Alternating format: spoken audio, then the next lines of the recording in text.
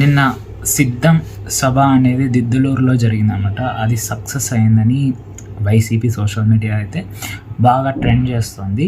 నిజంగా సిద్ధం ఇది రెండోసారి అనుకుంటే జిల్లాల వారీగా కాకుండా ఒక ప్లేస్ చూస్ చేసుకుంటారు. ఆ ప్లేస్ చూస్ చేసుకొని అక్కడ సభ అయితే ఏర్పాటు చేస్తారు వైసీపీ వాళ్ళు అన్నమాట. సో దాంట్లో జగన్ గారి స్పీచ్ ఉంటుంది. అక్కడ లోకల్గా ఎమ్మెల్యే కానీ ఎంపీ కానీ ఉంటే వాళ్ళ స్పీచెస్ కూడా ఉంటాయన్నమాట. సో అలా దిద్దులూరులో జరిగిన సభ అయితే సక్సెస్ అయ్యిందని వాళ్ళు అయితే చెప్పుకుంటున్నారు. బట్ సక్సెస్ అయ్యింది వాళ్ళ జనాలు అందరినీ చూస్తే సక్సెస్ అయ్యిందని అనిపించింది. సో దాని గురించి హైలైట్స్ మాట్లాడుకుందాం ఈ వీడియోలో. సో హైలైట్స్కి వస్తే ముందుగా ఎప్పుడు ఒక్క స్టైల్ని ఫాలో అయ్యే జగన్ ఈసారి కొంచెం స్టైల్ మార్చి కొన్ని సినిమా డైలాగులు వేసి జబర్దస్త్ కామెడీని దానికి యాడ్ చేసి చంద్రబాబు మీద అయితే విరుచుకుపడడం జరిగిందనమాట. ముందుగా తన అజెండా అయితే చెప్పారు. తన అజెండా అయితే పేద ప్రజలకి ఎటువంటి సంక్షేమ కార్యక్రమాలైనా నేరుగా వెళ్ళాలనేది తన అజెండా అంట.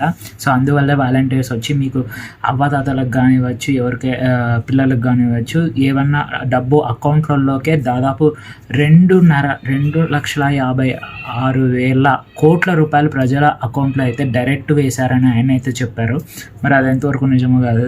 ప్రజా సంక్షేమమే తన మెయిన్ అజెండా అని అయితే క్లియర్గా చెప్పేశారనమాట ఈ సభలో జగన్ గారు. నెక్స్ట్కి వస్తే చంద్రబాబు టార్గెట్ చేస్తూ ఒక డైలాగ్ వేశారనమాట. గత ఎన్నికలలో ఒక చంద్రముఖి ఉంది, అంటే చంద్రబాబు నాయుడు గారు ఉన్నారు. సో ఆ చంద్రముఖిని మనం తాళం వేసేసి బంధించేసాము 5 ఏళ్ల క్రితము. మళ్ళీ అది బయటకు వచ్చింది. మళ్ళీ బటన్ నొక్కి మీరు చంద్రబాబుని గదిలోకి పంపించాలి అనేసి అయితే ఆయన ఒక డైలాగ్ని లకలక అనడం అది చాలా బాగా అట్రాక్టివ్ అయినదని చెప్పొచ్చు. ఇక నెక్స్ట్ విపక్షాల గురించి కూడా పవన్ కళ్యాణ్ గారి గురించి కూడా ఒక కామెంట్ చేశారు. దత్తత పుత్రుడు ఎంతమంది వచ్చినా కానీ, ఎంతమంది స్టార్ కంపెయిన్లని షర్మిల గారిని అన్నారు.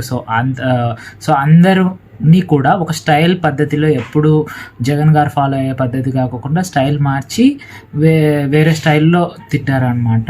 సో ఇక నెక్స్ట్ చూసుకుంటే అంతమంది జనం రావటం, అంత స్పందన రావటం అయితే కొంత ఆశ్చర్యానికే గురిచేసింది.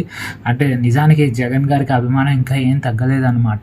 సో జగన్ గారు నెక్స్ట్ ఎన్నికల్లో వచ్చేస్తారేమో అన్నట్టుగా సభ అయితే జరిగింది.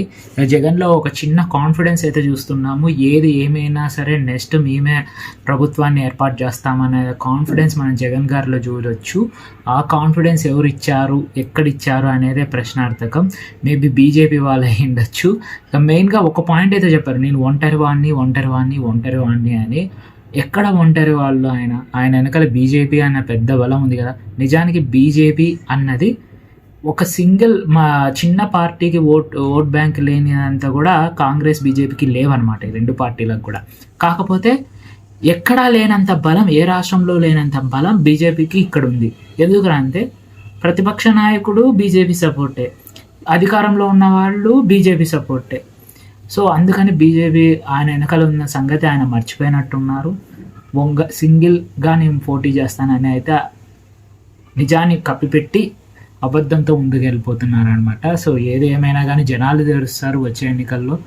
ఏదేమైనా మొత్తానికి దిద్దలూరు సిద్ధం అనే సభ సక్సెస్ అయ్యి సోషల్ మీడియాలలో అయితే ఆ లకలక అనే డైలాగ్ అయితే ట్రెండ్ అవుతుందన్నమాట. మనం ఫ్యూచర్లో ఆ లకలక అనేది మీమ్స్లో చూడొచ్చు.